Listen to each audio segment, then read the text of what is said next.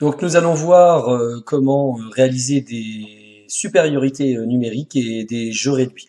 Là, il s'agit de faire des 2 contre 2 dans la largeur et d'arrêter en stop ball, donc le ballon de la semelle sur la ligne de but adverse. On peut également réaliser des 2 contre 2 dans le sens de la longueur et éventuellement réaliser des montantes descendantes, terrain 1, terrain 2, terrain 3. Quand je gagne, je monte de terrain. Là, il s'agit de 3 contre 3 dans la largeur.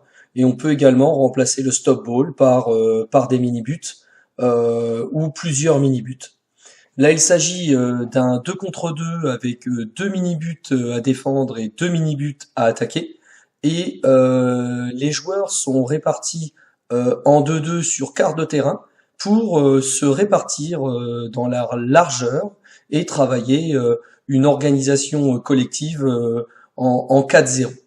Là, il s'agit de supériorité numérique en 3 contre 2, l'objectif étant de trouver le décalage pour se retrouver en zone de finition. Là, il s'agit d'un 2 contre 1, donc là, travail de fixation pour décaler le partenaire.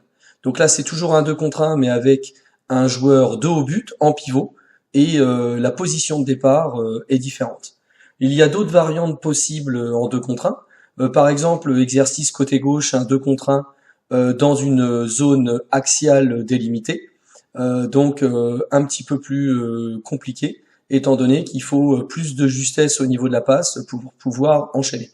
Et côté droit, il s'agit de réaliser un 2 contre 1 sur le côté droit du terrain de handball.